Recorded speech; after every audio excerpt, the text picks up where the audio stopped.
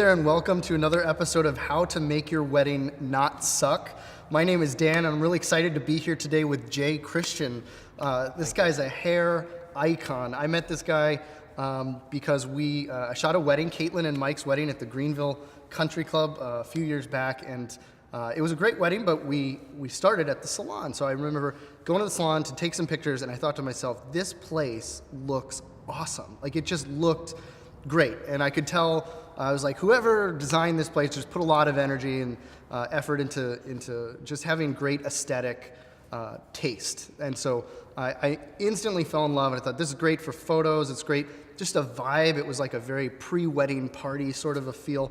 And so, Jay, welcome to the show. I'm Thank you very excited much. To have you here. So, thanks for the ad. That's great. Yeah. So you're based in Hockessin, Delaware, right? Yes.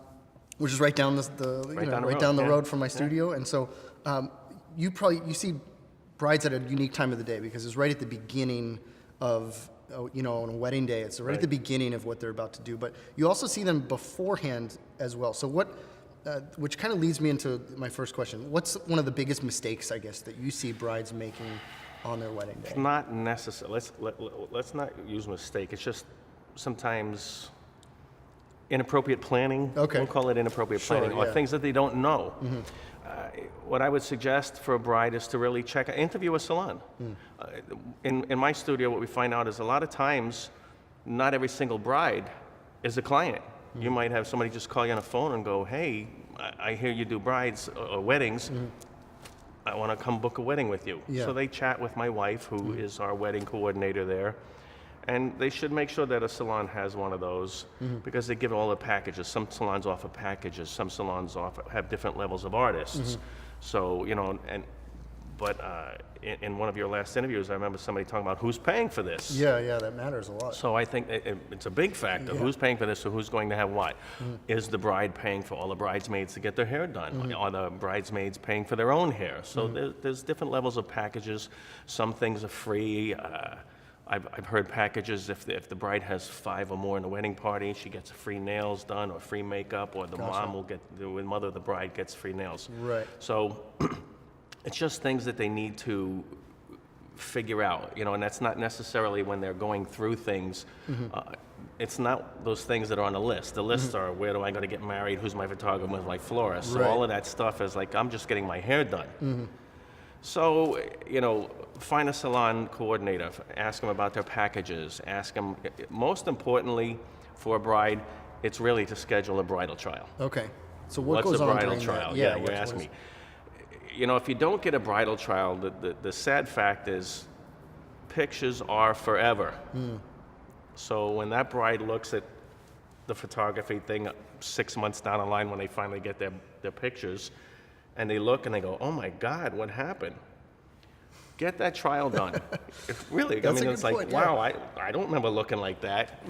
The trial is very useful, it's very helpful because it gives you, as the bride, a chance to develop this relationship with the artist to say, I'm getting married. I need to be the queen of whatever it is you want to be queen of, and you need to look like the queen.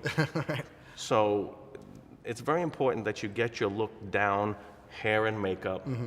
If a salon offers nails, get nails done. If whatever the salon has for weddings, get a practice. Yeah.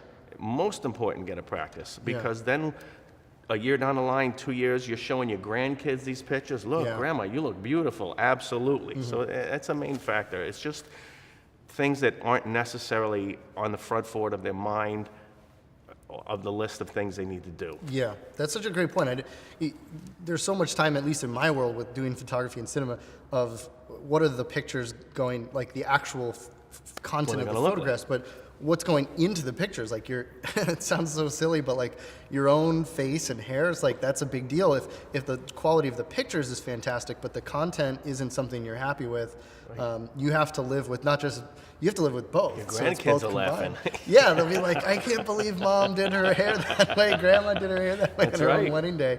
Absolutely. And so I imagine most mistakes then, or most people that are unhappy with that finished product could have sort of vetted that out had they done the run through and done the trial and consulted beforehand. Correct. Get all those problems out of the way. It's just questions and information.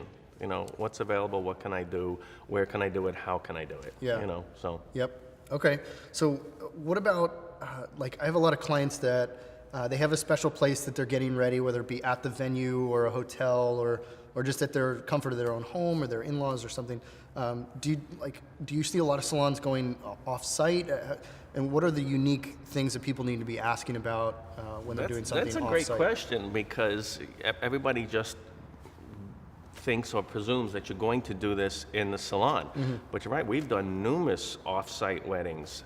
What brides need to be aware of when they're doing an off-site, though, is what kind of fees are associated with that. Most salons charge a fee to leave the salon, especially if it's like on a day that the salon's off, a Sunday or a Monday. Most salons are off Sundays and Mondays. It's just one of the, like, what fees are involved. If you're going to use the owner of the salon, is there a per diem fee for him? Is there travel time fees? You know, there's weddings we've done sunrise weddings. You know, you're going to be at this place at 4 o'clock in the morning. Right. Get everybody all done and ready, and then you're out there in the middle of some field waiting for the sun to come up, and they all got to look great for that. Right. So there are fees that are associated with leaving the salon. Just ask the wedding coordinator what those are, Right. and you can make that determination. And again, it goes back to who's paying for the wedding and what. Right. Is that a fee that you're accustomed to? Is it a fee that you even accounted for? Yeah. So, you know, sometimes they can be as a shock. Yeah. So all that comes down to really creating a good experience at the whole first part of the wedding, because the girls have this big front-loaded, like, we got to get all these women looking good and happy with themselves for that wedding day. So aside from just the hair and makeup, what are some other things that you've seen people do or that you'd suggest to really make that part of the day a good experience, not just the actual, I like that styling? one. When I'm not making this a commercial, but in our studio, like, we allow the brides to do whatever they need to do, and probably in most salons, when they come in for their wedding day, the night before was rehearsal dinner. Yeah, that's right. You know, so They had a few drinks, you know. they're either hungover slightly, more than others, you know, but we try to, let's have fun. Yeah. So I've had brides wheel in coolers, and all of a sudden it's like this catered event in the studio. little We've had oasis. photographers come in. Right. You know, you've got to make it is an experience for them. This is a new journey for them. This is their new experience. This is supposedly the best experience they're going to have at the start of their new life. So we have this bridal party come in. Hopefully the salon has developed a relationship with the bride, and they get to know everybody. And, you know, can we bring my photographer in? Have them come in. Can we bring the band guitar? Bring them in. We don't care. Yeah. Come in, have fun with us. Let us help make your day a great day. Yeah. You've been in my studio. I have. You know, It's so beautiful, yeah. we don't put any rules on anybody. If the bride wants to have a mariachi band and a catered event and a photographer and Godzilla, bring them in. Godzilla, You know, you be the backdrop. Bring them in. We don't care. Yeah. You know, whatever's going to make you enjoy this experience to start your day off. And I'm just very grateful, my studio is very grateful, that you chose us. You know, and that's the experience you should have with your studio if you choose that. That's huge. Well, that's a great idea, I think. We spoke with a wedding officiant a little while before, and he talked about sort of the ceremony being not just something to endure, but something to actually enjoy and add value to. Absolutely. And those are some great ideas of really how to make that part of the day not just something to kind of get through, but it really sets the stage for everything that's going to happen the rest of the day. Create a great environment. It does. And I know from personal experience, I can say that the people in your studio, you've kind of passed down this sort of ethos of just being just a cool person to hang out with. Like that, we're seeing that as this theme from across any vendor, anybody that you're interacting with and spending time around and with on the wedding day. If you have a bunch of grumpy people just trying to do a task, it rubs off We don't allow on you. grumpy. You know, no grumpy people. No grumpy people. I love it. You know, you're right. You have to bring these people along with you. You know, what stylists or artists or whatever you want to call them, what they need to understand when they're working somewhere or they're providing the service, they're helping create this environment. You know, you said you like to have come in and have fun. It's also about building relationship with the other vendors. Yeah. You know, when you have a photographer you work with, hey, listen, this was a great salon to go to. You should go get your hair there. Or I knew this bridal, so we went to the bride while she was trying her dress on, and we shot, you know, in the bridal store. Go see them. Yeah. You know, so it is about it's a networking thing for us as professionals. Yeah. If you make it fun between us, it's fun for the brides. Yeah. So, you know, hands down, if it ain't fun, don't do it. Yeah. If it ain't fun, don't do it. I like that. That's good.